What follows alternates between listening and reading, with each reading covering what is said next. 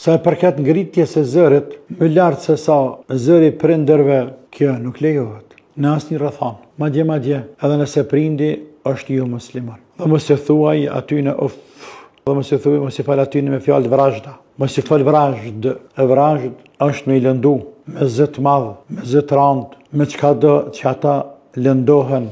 Fali but prindërve tu. Ka mund se prindi nuk e ka mirë, se ka mirë heq. Edhe ti e vren apo e vërtet, apo e shef se nuk bën me ngu prindin.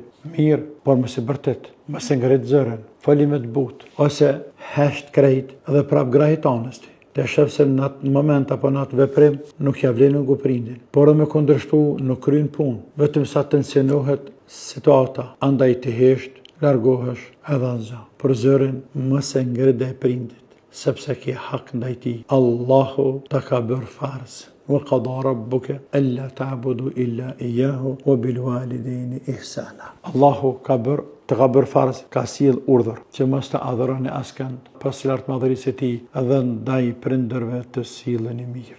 Mirë, but, qetë, ëmbël, me kujdes. Ata janë prind. Edhe kur s'ja qëllojnë, edhe kur gabojnë, edhe kur e shkretojnë madje. Kur e shkreton këtë. Po në bërtit mos e bërtit.